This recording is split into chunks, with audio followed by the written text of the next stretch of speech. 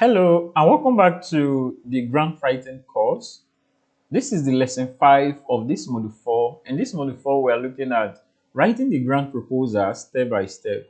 And in this lesson 5, we are looking at avoiding common mistakes regarding your grant writing as you begin to write.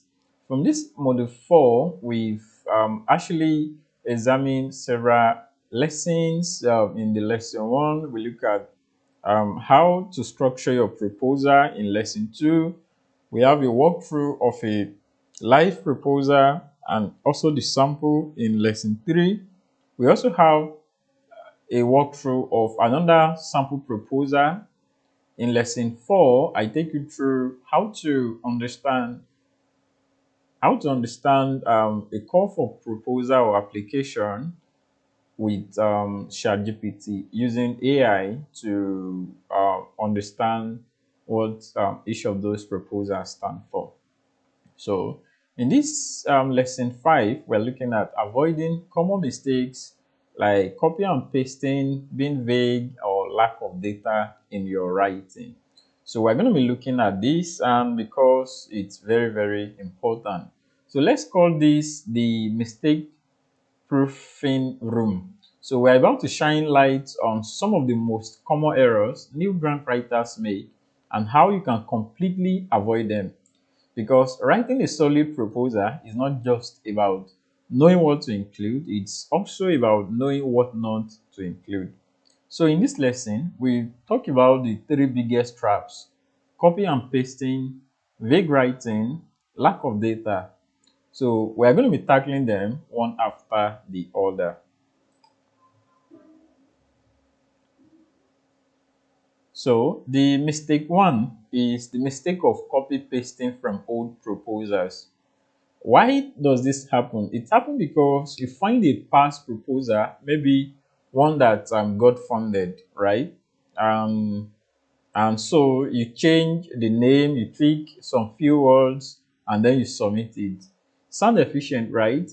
But the problem is that each funder is unique.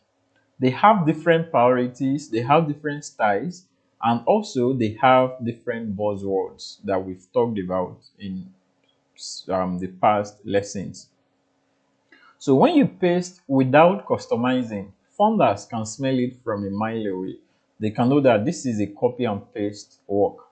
In fact, some times ago, someone had come to me for a business plan and proposal, and what they are actually doing is they've copied and pasted a lot of their proposals, and they are wondering why they are not getting fund.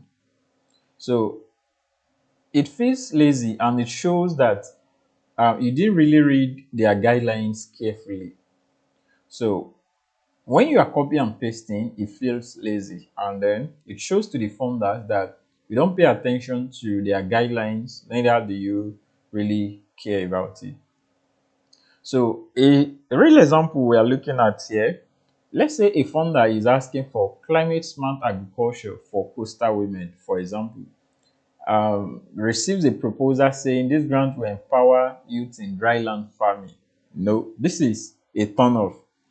The funder is asking for climate smart agriculture for coastal women. But because of copy and paste, the proposer is reading to the funders that this grant will be used to empower youth in dryland farming. It doesn't correspond with what the funders are looking for. So they can know that this thing is copy and paste. So here is what to do instead. Instead of copy and pasting, what you can do is use old proposals as references, not as templates. Don't use old proposals as templates because each funders are different. Now, if you look at what we did in lesson 2 and lesson 3, we take a walk through some proposals and you can see some of the things that are asked in that place. The first one is a grant for NGO, the second one is a fellowship grant. And they are not asking the same thing, right? So you can't use one proposal as a template for the other. Also, the second thing you can do is always match your content to the specific funder's language. Yes, always match your content to the what the founder is saying, to their language. Thirdly, rewrite sections in your own words from scratch if possible. That is very, very important. A pro tip I'm going to give you here is that start with their call for proposal and highlight the verbs and goals, then build around that. That is how you can overcome the mistake of copying and paste proposals. The second mistake is being too vague.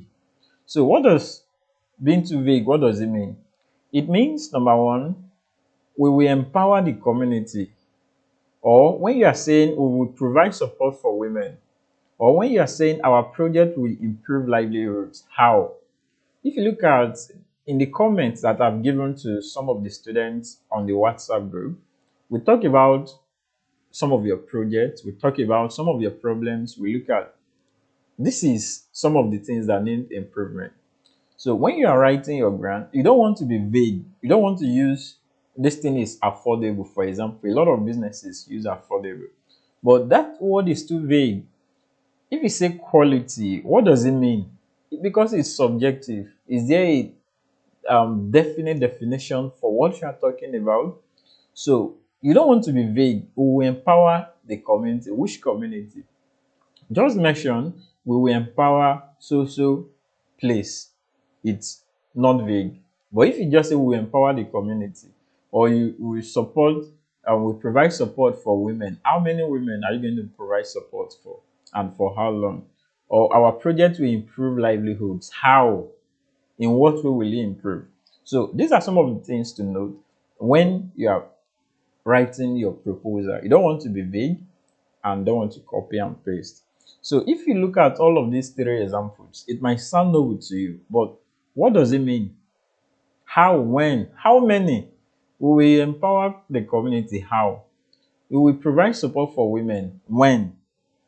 Or how many women? Our project will improve livelihoods. How many livelihoods? So funders don't fund intentions, they fund clarity. Instead of saying we will train young people, say we will train 120 young people in graphic design and Canva usage across 4 local governments in Rivers State over 8 weeks. Very clear and straightforward. So you want to be specific.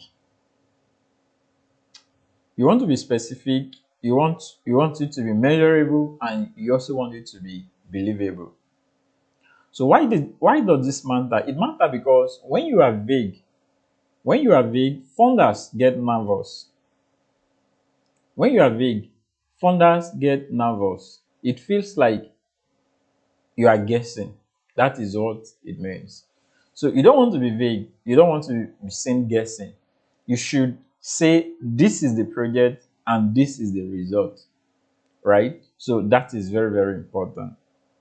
Secondly, when you are clear, it shows you have done your homework. It shows that you have done your research and you know what you are talking about. The third mistake that you should avoid is the mistake of no data to back it up. I've given this as a feedback to our students that have submit a project in the WhatsApp group community. So when you are talking about problem, for example, what shows that that problem exists? That is where data comes in. And you don't just bring data from heaven. You don't just think of that data that, oh, this data should exist. Because if they want to know more about that data, how will you defend your project? So you don't need to be a data scientist at all, right? You don't to write proposals, but you can build a case. This is a real clash between identity and tension and how fast the rules keep changing. He tries to help someone and ends up. But you can't build a case without evidence. That is just simply what it means. So talking about what kind of data, there are a lot of different data that you can use to your own advantage. There are government reports, there are NGO research, there are UNICEF UNDP, World Bank database, and even local stakeholder quotes. There are news articles or verified surveys that you can extract data from. So these are type of data that you want to include in your project to give it an authority, to let funders know that, oh, you've done your assignment and you know what you are talking about. So some example here is, instead of saying many girls lack digital skills, you can say according to 2022 UNICEF report, only 19% of girls in northern Nigeria have access to ICT education compared to 54% of boys. Now, this report actually exists. UNICEF actually carried out this research and it exists. So that means that you have actually researched what your project is all about to bring out this data. So this is very powerful. Remember, data does not remove emotion. It strengthens your emotion with proof that, hey, this thing really exists. So where you can get data from UNDP or UN data, from World Bank, Open Data. You can get data from Nigeria Bureau of Statistics. You can visit their website. You can get data from local ministry websites. You can get data from even past grant winner reports on funders' website. So these are a lot of ways to get data. So a pro tip I want to give you here is that add just 2 to 3 statistics and your proposal becomes 10x more incredible. So okay, so let's look at the bonus mistake, or call it mistake 4 is repetition. Some people repeat the same idea in every section. They repeat the same problem section, says it, go section says the same thing, activity section says the same thing, executive summary, copy paste it. No, each section has a role. Let it play its own part, right? Example, in the problem statement, show the need. Show the need of your project. Show that there is a great need. Show that there is a problem. That is why it's even called problem statement. In objective, show how you will respond to that needs that you've identified. In activities, show how you will deliver results. And in M&E, show how you will measure results. Avoid the temptation to sound poetic or long-winded. So clarity over cleverness. Always, always prefer clarity over cleverness. Always, always. Now, a quick recap here is that let's go over the top mistakes that we've talked about. Mistake of copy and paste. And what to do is to customize each proposal to match the funder. Mistake of being vague. What to do is to be specific, answer the question of who, what, where, and how many. Mistake number 3 of lack of data, like use 2 to 3 stats or studies to support your problem. And mistake of repeating yourself, let each section build uniquely and clearly.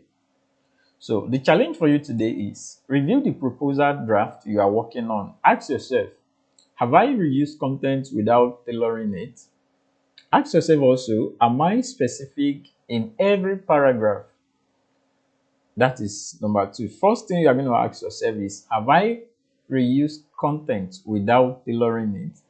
Second thing is, am I specific in every paragraph? Thirdly, did I include the least one credible data point or statistics? And fourthly, does each section say something new? Now, if the answer is no, don't worry. Now you know how to fix it. So I want you to know that mistakes are not failures, they are feedbacks. Even experienced grant writers fall into this trap sometimes. What makes you a pro is your willingness to revise, clarify, and elevate. So in the next and final lesson of Module 4, we do a walkthrough of read proposal, which we have done. So you can see, you've seen how to put all the pieces together. So this course is brought to you by Grant Database. Is a platform that a global platform for grants and opportunities, helping you move from idea to impact, one winning proposal at a time. So if you are new to this, ensure you subscribe to this channel and give this video a thumbs up.